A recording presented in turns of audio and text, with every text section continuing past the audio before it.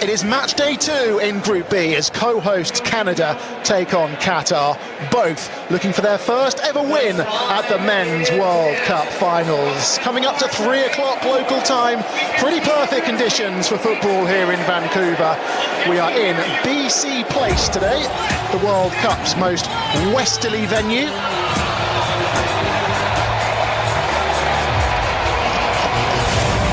We're on Canada's west coast here in British Columbia. It is Canada's third largest city.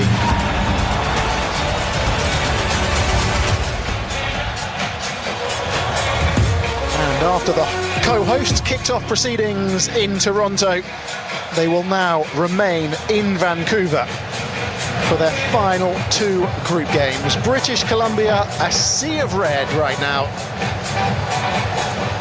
The Qataris are in town too. Well, Canada don't mind playing here, you know. They've won their last 4 matches in Vancouver, scoring 17 goals in the process and conceding just 2 in that time. This place, BC Place, the venue for the opening and closing ceremony at the 2010 Olympic Winter Games. Today, though, it has been overtaken by those in red, hoping that today is the day they'll see their side win at a Men's World Cup for the very first time. And Jesse Marsh keeping his cards close to his chest regarding the team news. That we can tell you that Moise Bombito and Alphonso Davies not fit enough to start in the 11. We'll run through the team news in full shortly.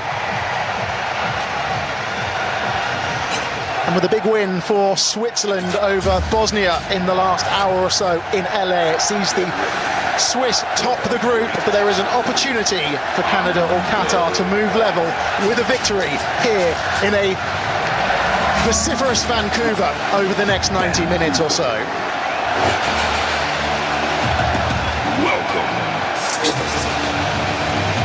Well, not long to go now. The 2 sides in the tunnel. Alongside me, Paul Scott, for this one is Casey Stoney, the head coach of the Canadian national women's team.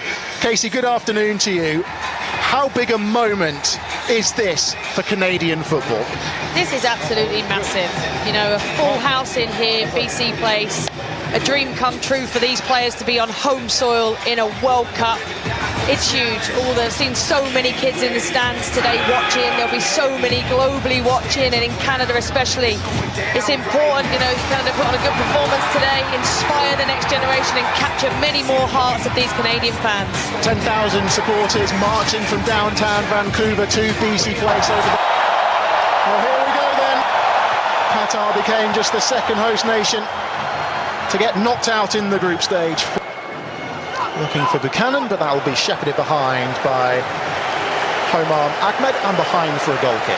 Yeah, just a little bit more patience needed. I think Ston's got time to line up the cross. It's off of Homam Ahmed and behind for the first corner of the contest. Cross. There's a man over on the volley. The first. Afif looking to try and make things happen. He skips away from Cornelius and the Canadian defender brings him down, and that's going to be a set piece to Qatar and the first booking of the contest.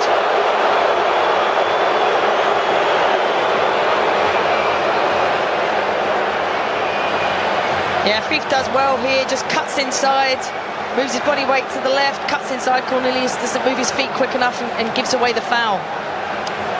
25 yards, and deflects off the wall and behind for a corner to Qatar. Another opportunity for Qatar to just keep putting the pressure on. And there's a triangle from Canada. Buchanan takes the tumble. Homam Ahmed concedes the free kick.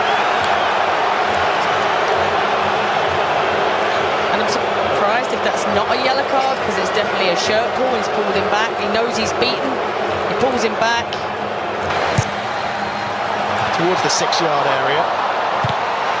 The volley's blocked. Is he going to spin behind? Qatar prevent the corner. The first time volley straight in over the line.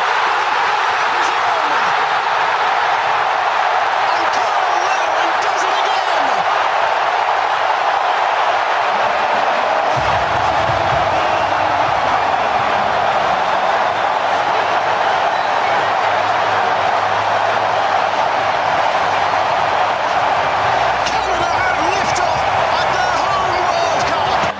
given the nod from the off in this one, and he's repaid his manager's faith, and Canada have a free kick.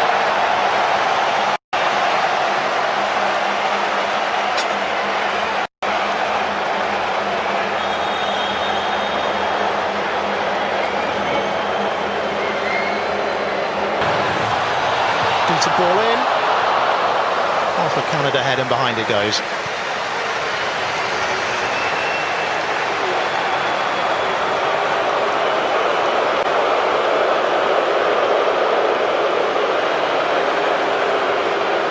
Larin had actually scored just once in 24 matches, 24 caps prior to this World Cup, as the physio's about to enter proceedings. Too much pace on that one. He's a willing runner, Ali Ahmed, but he'll never get there. And now it is time for the hydration break.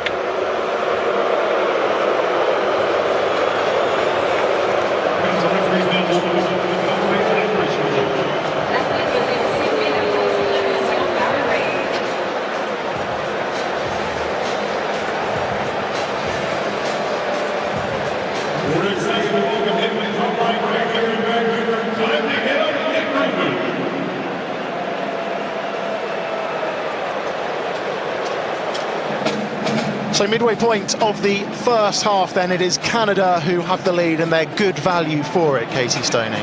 Yeah, I thought Qatar started quite brightly, had a couple of transition moments where they caused a little bit of panic in the Canadian back four, but since then I think Canada have took control. Cornelius, that's a late challenge. Oh, it's deflected kindly!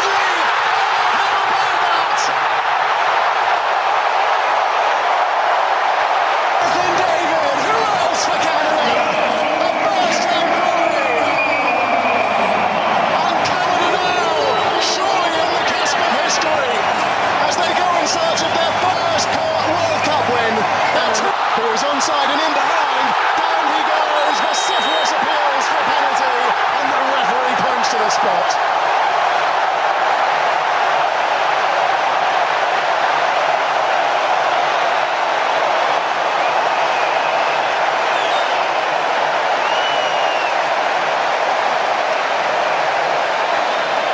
It's a fantastic run between and behind. Defender gets the wrong side, makes contact, gives the referee no choice but to give a penalty.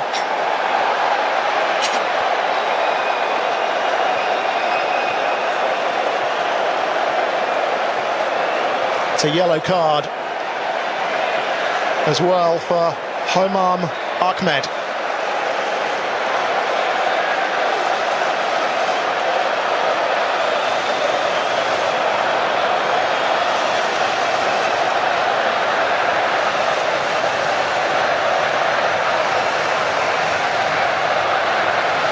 Wonderful run from Buchanan, who made his way from out wide through the middle. Just appeared from nowhere, didn't he? Yeah, I think it is Ahmed Ali, and it's over the bar.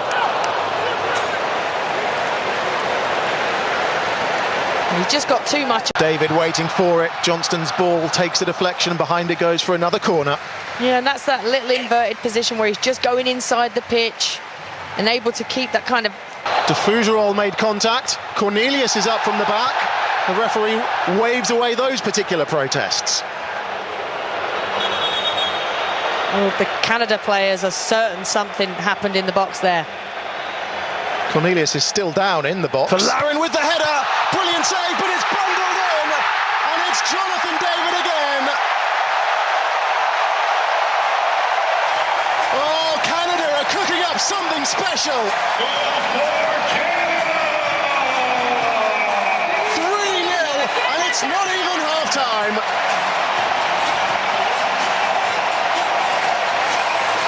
He's got nowhere to go. Every run that's gone between a centre-back and a full-back or a wing-back just hasn't been tracked. So Canada can just go wide, play in behind, and then they can cut the ball back and arrive into spaces to score goals. Qatar got to start tracking runners and defending the box better. For Canada, and a welcome return for Moise Bombito, who's about to enter proceedings. Good to see him back.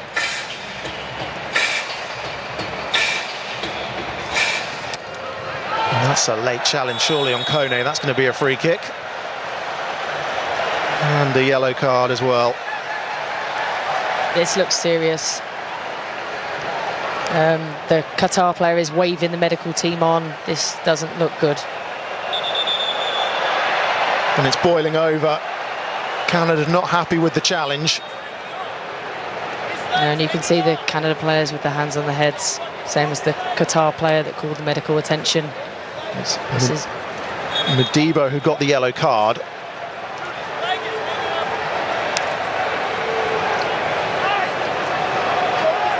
You can see the captain, Stefan Estechio, there looking on.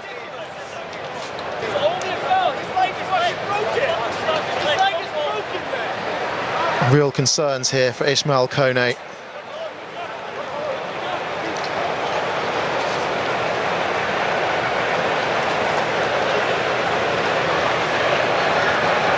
It was an instant reaction, wasn't it, from both sets of players? Yeah, it was. The nearest player definitely looked very concerned. It was a player with their hands on their heads. You can see that something is seriously wrong. Medical team obviously doing their work. Well, Modibo got the yellow card. He's got his hands on his head. This is the last thing that shot from distance, way off target, and there was another late challenge there, and it's another free kick. And it's another yellow card. Yes, again, it's starting to boil over. I think the players are getting a little bit frustrated at the late tackles. Qatar defenders go into ground. And again, he makes no contact with the ball there, full contact on the player. It is Saliba, and in it goes!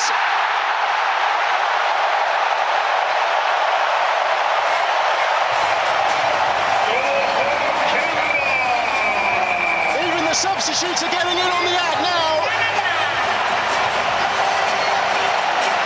It is getting better and better for Canada. Still not fully cleared. Shufflebag across the face of goal, and it's 5. It might be an own goal, that one. Canada don't care. They are running riot.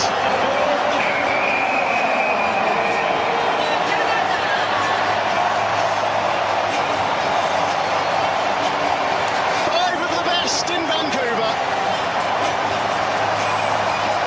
And Qatar's day's just gone from bad. Shufflebag drags that one wide, but why not? Yeah, if the space is there and no one's coming out to Lovely pressure. ball, doesn't find Larin, and Shufflebag snatches at it and sends it behind for a goal kick.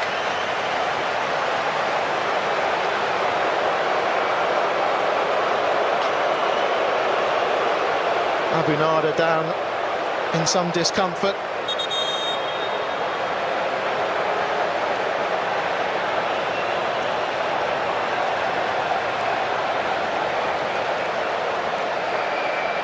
A shake of the head. Under Jesse Marsh have delivered. قصيرة صليبة والعرضية تتحول إلى خارج الملعب إلى الركلة ركنية. ركلة ركنية. وهذه المباراة الثانية في هذا الملعب، سيحتضن أيضا مباراة منتخب مصر. Flag stays down. It's a World Cup hat-trick on home soil for Jonathan David. Canada's all-time leading scorer gets his third in stoppage time. And Canada make it 6. Stands it up towards the far post. Abu Nada collects that one. Semi-automated offside replay is on the screen.